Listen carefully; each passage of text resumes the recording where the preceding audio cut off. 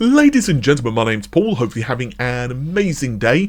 2024 is going to be a very interesting year for PC gaming hardware as well as, of course, video games. There are a lot of games which are going to be coming out this year, but of course there is also going to be the hardware to match. RDNA 4 and Intel's Battle Mage for GPUs are just a few of the releases we can expect. Zen 5, of course, this year for CPUs, but to fight that, Intel shall be releasing the 800 series motherboards as well as Arrow Lake.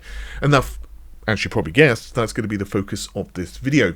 So, let's begin, shall we, with this slide, which has been leaked by Yuki ANS. So, these Arrow Lake processors will be the 15th generation of processors from Intel. And basically, at the moment, they are in pre-alpha. Now, I'm not quite sure how old this slide is. It could be like a week old, it could be yesterday it got, leaked, or it could be several months old. But in this particular case, they state that the pre-alpha processors have an issue. So performance cores basically cause instability. This means basically things like the M2 SSDs simply do not get detected. And this will be, of course, fixed in later CPU revisions, and certainly by the time that the final stepping gets available to us as users. The reason I'm bringing this to your attention is just to highlight, of course, that leaks can sometimes be kind of right, but just issues with the actual revision of the hardware or the software and stuff can mean that stuff is just thrown off, and in this case, well, the performance cores just don't work so well. So that's just something to be cognizant of. So in terms of the actual platform, it is going to be Meteor Lake S. So the PCH platform controller hub is identical between Arrow Lake S and Meteor Lake. And basically, if you can recall back, one of the earlier rumors is that lower end processors, the lower end configurations, they would be Meteor Lake, but the high end would be Arrow Lake. But that seems to have just been scrapped. And now Intel are just going to be releasing Arrow Lake across the board, which makes sense for a number of reasons, not least of which because Meteor Lake, well, it's an entirely different architecture, essentially, from Arrow Lake. So not only would you have differences in, let's say, the number of CPU cores, which is kind of easy to explain to someone like, well, this processor has 4 cores and this processor has 8 cores. So you don't have to be particularly technically astute to realize that there's a difference. However, when you start to say, well, this generation of processors is the same technically as this generation of processors, but this generation of processors is not actually the same generation of processors, it's technically a generation before that, so there's different IPC, even though they're marketing it, it becomes really bloody complicated, and companies just need to not do that, please. Anyway, in terms of the actual boards themselves, it only will support DDR5 memory, and it looks like it's 6400 MTS. The configurations of the processors are going to be 8 plus 16, which is the highest end SKU. I'm hearing that there could be a refresh.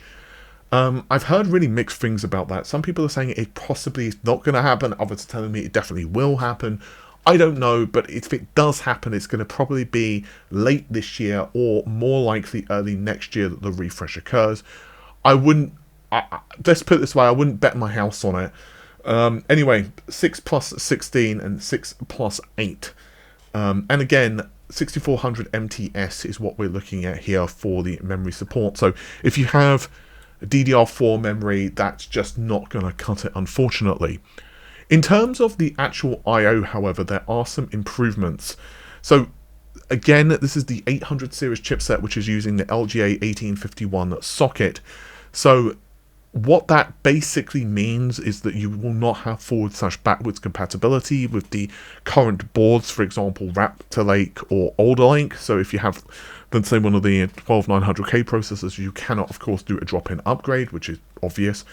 But in terms of CPU PCIe support, we have 20 Gen 5 lanes and a 4x Gen 4 lane. So that means you've essentially got a little bit of additional wiggle room when it comes to the PCIe stuff. You can obviously have a discrete GPU in there, etc., etc.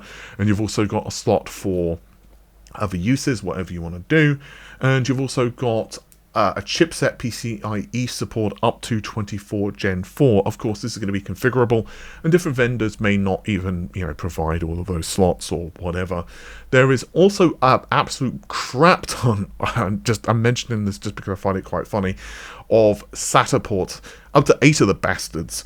I'm curious how many of you guys are even using close to that amount of SATA ports. I'm sure some of you are, but yeah, I think maybe I've got 1 or 2 that I use kind of semi-regularly if I'm doing benchmarking, that type of thing. There's also going to be USB 4 support, and this is going to be from the actual CPU itself. So you've got USB 4, you've got the other usual stuff that you can expect, like HDMI support, DisplayPort, etc, etc, etc.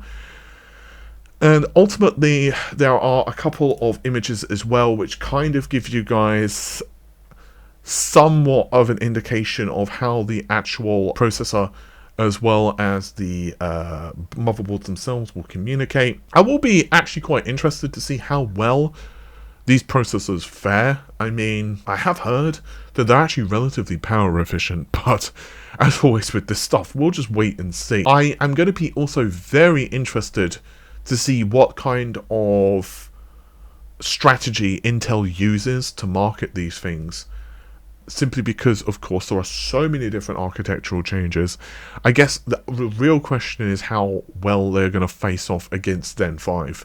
Because Zen 5 is not going to be easy to face off against.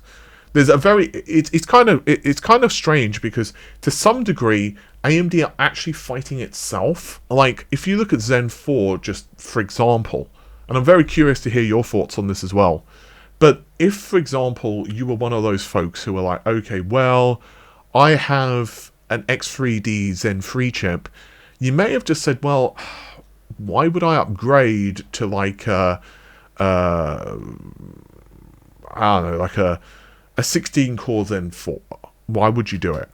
But now, obviously with the AM5 boards quite well established, it's going to be very interesting to see how many folks actually just jump from AM4 to go with a Zen 5 based build. Or how many will just say, actually, I'm not going to go with the vanilla Zen 5s. Instead, I'm only going to go with the X3D variants as well. Because, well, I think mentally it's quite hard to go from, like, an X3D variant. Maybe I'm wrong. Maybe I'm, looking at this the wrong way. But I think it could be quite difficult for some folks to say, well, I'm going to go from an X3D to like a vanilla chip. Unless, of course, then you upgrade later on. So I'll be very curious to see what the sales figures are like for these processors in the future. I think the other really big issue is, and again, there are certainly certain games that you could just point to and say, well, that's just, what he's about to say is a bunch of crap, because these games just absolutely eat CPU threads alive, and, that's certainly the case. But for a lot of gamers, like a 5800 X3D, for example, it's fine. Like, I wouldn't say like, I wouldn't go as far as to say like an 8700K. That's probably you're pushing your luck on a lot of titles. But even something like like a 9900K, a 10900K, a 12700K, a 5800 X3Ds, anything like that, it's generally okay for PC gaming. So I think it's going to be very interesting to see what the actual sales figures of these processors are like. With that said, guys, I think that's just about it for this particular video. I think I've blathered on enough. Take care of yourselves. Have an amazing day. Bye for now.